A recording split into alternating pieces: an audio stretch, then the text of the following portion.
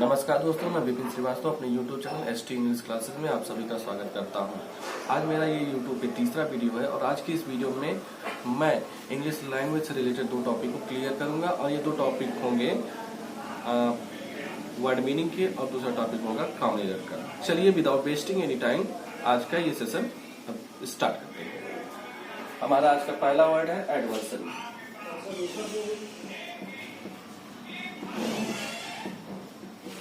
पहली चीज आप ये जान लीजिए एडवर्सरी का क्या मतलब होता है। एडवर्सरी का मतलब होता है अपोनेंट, जो किसी कंपटीशन में किसी भी कंपटीशन में किसी प्रतिस्पर्धा में आपके अगेंस्ट खड़ा हो उसको बोलते हैं अपोनेंट। एडवर्सरी प्रतिभागी इसको बोलते हैं। अगर पार्ट ऑफ स्पीच की बात करें तो ये वर्ड नाउन है और कौन सा नाउन है? कॉमन नाउन है। तो एडवर्सरी मीनिंग ये आपका नाउन है, इसका मतलब होता है अपोनेंट, प्रतिभागी, या आप इसको शत्रु भी कह सकते हैं। अपोनेंट इन ए कंपटीशन, एक प्रतिस्पर्धा में आपके अगेंस्ट जो खड़ा हो। अगर हम इसके सिनोनिमस वर्ड की बात करें तो जो इसके सिनोनिम्स होंगे वो हो जाएगा आपका पहला एनिमी, एक बहुत ही अच्छा वर्ड है फो, तीसरा आपका राइवल, चौथा आपका कॉम्पिटिटर, कॉम्पिटिटर हो गया। उसके बाद आपका हो जाएगा डिस्प्यूटेंट और राइवल। इसके अलावा और भी ढेर सारे वर्ड हैं, लेकिन जो इम्पोर्टेंट वर्ड्स थे मैंने उसको लिखा दिया है, यानी ये इसके सिनोनिमस वर्ड है। अगर हम इसके वर्ड को यूज करने की बात करें तो इसको हम यूज करते हैं सेंटेंस में, जिससे ये वर्ड आसान हो जाता है। किसी भी वर्ड को अगर हम सेंटेंस में यूज करते हैं तो ये वर्ड, उस वर्ड को याद करना आसान रहता है। तो देखते हैं सेंटेंस में कैसे इसको यूज करते हैं। तो हम ऐसे लिख रहे हैं एक sentence, I have no adversary right now, यानी फिलहाल के लिए मेरे कोई भी दुश्मन नहीं है। ये हो गया सेंटेंस। हमारा दूसरा वर्ड है आज का पेजोरेटिव। पेजोरेटिव एक एडजेक्टिव है और इसका जो मीनिंग होता है वो होता है अपमानजनक। कोई ऐसी चीज जो बहुत ज्यादा घृणास्पद हो, किसी के हार्ट को कुरेदने वाला हो, तो ऐसी स्थिति में हम इस वर्ड का यूज करते हैं पेजोरेटिव। और इस वर्ड को अगर पहचानना हो कि ये वर्ड पेजोरेटिव है, पेजोरेटिव ये वर्ड एडजेक्टिव है, तो यहाँ पे अगर आप देखेंगे आईवीई, किसी भी वर्ड के अगर सफिक्स में, किसी भी वर्ड के लास्ट में अगर आईवीई सफिक्स के रूप में आता है तो निश्चित तौर पे उसे एडजेक्टिव 99% केस में वो एडजेक्टिव होता है। पेजोरेटिव समथिंग दैट इज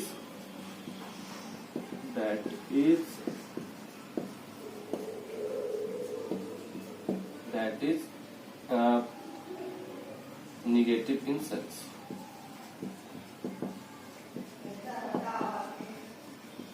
कोई ऐसी चीज जो बहुत ज्यादा नेगेटिव है। इसका जो हिंदी मीनिंग होगा अपमानजनक होगा।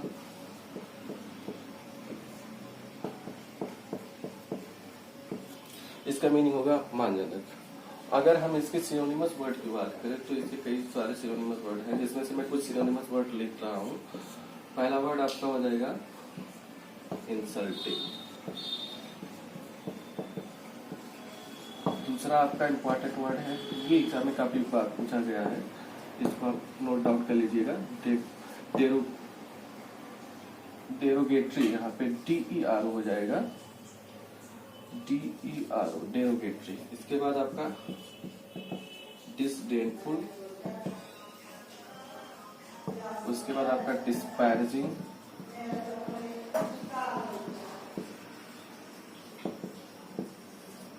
बाद आपका डेनी ये सब वर्ड्स इसके सिनोनिमस वर्ड है, और भी वर्ड्स हैं, लेकिन जो इम्पोर्टेंट है मैंने लिखा दिया है। अगर इसको हम सेंटेंस में यूज करें तो सेंटेंस में ये एडजेक्टिव के रूप में यूज होगा, तो हम इसको यूज करें सेंटेंस में तो इसको सेंटेंस में इस तरह से यूज करते हैं, Ram has stated A pejorative remarks against me, यानी राम ने मेरे खिलाफ एक अपमानजनक टिप्पणी किया है। तो इस तरह से इस वर्ड को हम याद रखते हैं। आज का हमारा तीसरा वर्ड है डिमोलिश। डिमोलिश का मतलब होता है ध्वस्त करना, और इस वर्ड का यूज स्पेशली जब हम की कोई पुरानी बिल्डिंग हो उसको जब ध्वस्त करना होता है तो उस जगह पे इसका यूज करते हैं। डिमोलिश एक ट्रांसिटिव वर्ब है। अगर इसके नाउन की बात करें तो इसका जो नाउन होता है वो डिमोलिशन होता है। तो चलिए इस वर्ड को देखते हैं। डिमोलिश एक वर्ब है, ट्रांसिटिव वर्ब। ये हो गया आपका, इसका क्या होता है, to destroy something, specially old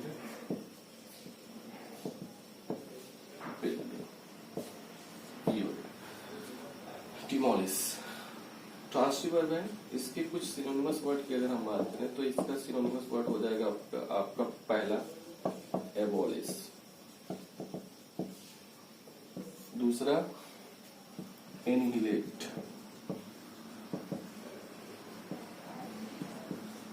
ये सब इंपॉर्टेंट है एग्जाम के पॉइंट ऑफ व्यू से।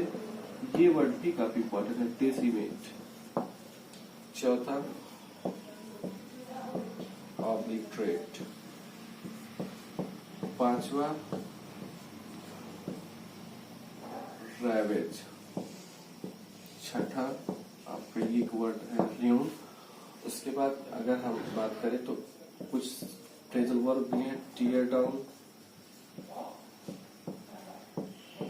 पुल डाउन, टू इन, और इसी में एक बहुत ही अच्छा वर्ड है to away with.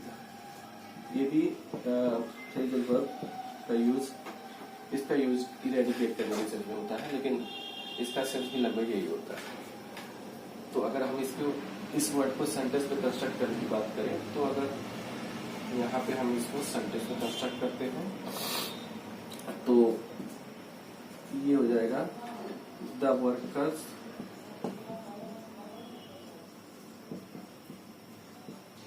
have demolished the workers have demolished the old building.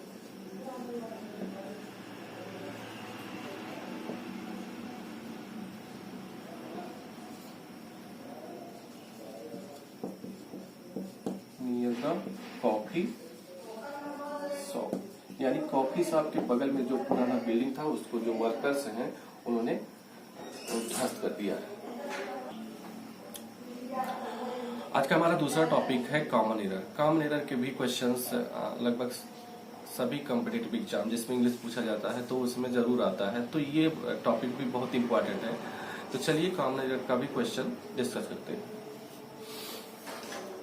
हमारा पहला क्वेश्चन है, when he had seen a black snake,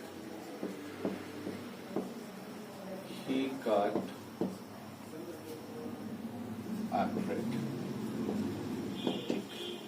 ये सेंटेंस है।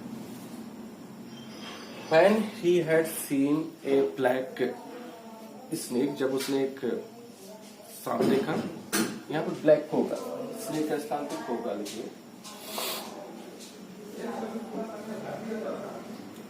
जब उसने एक ब्लैक कोबरा देखा तो ही गॉट अफ्रेड, वो डर गया।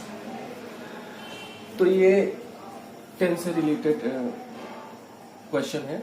और अगर इस क्वेश्चन की हम बात करें तो यहाँ पे जो मेन क्लाज है ही गॉट अफ्रेड, ये मेन क्लाज है, ये उसका सबऑर्डिनेट क्लाज है।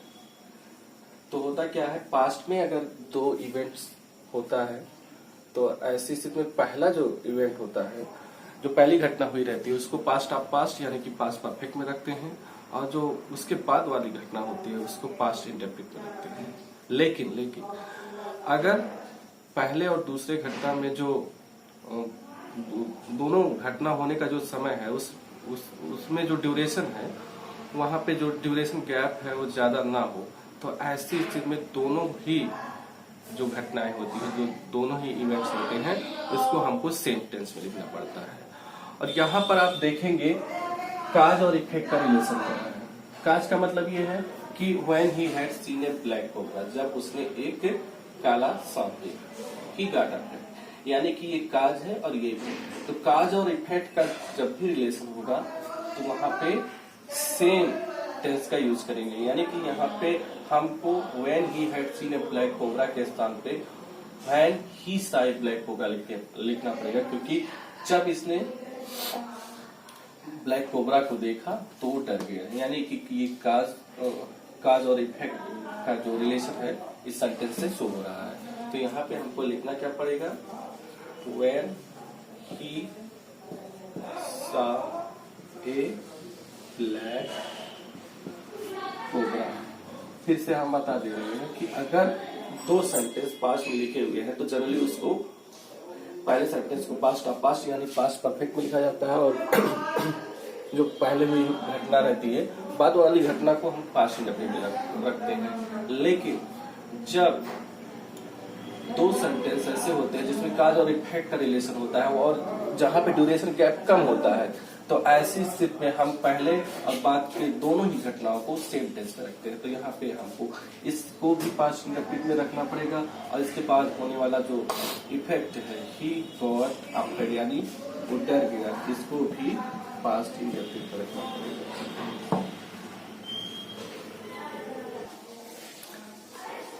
हमारा अगला जो क्वेश्चन है वो भी कॉमन एरर से ही रिलेटेड है, और ये क्वेश्चन भी चलिए डिस्कस करते हैं।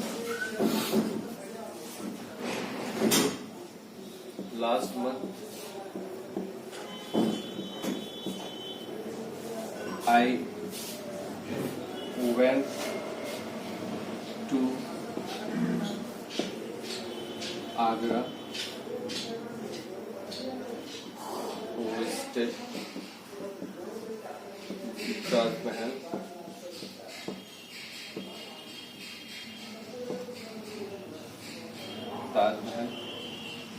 and buy some useful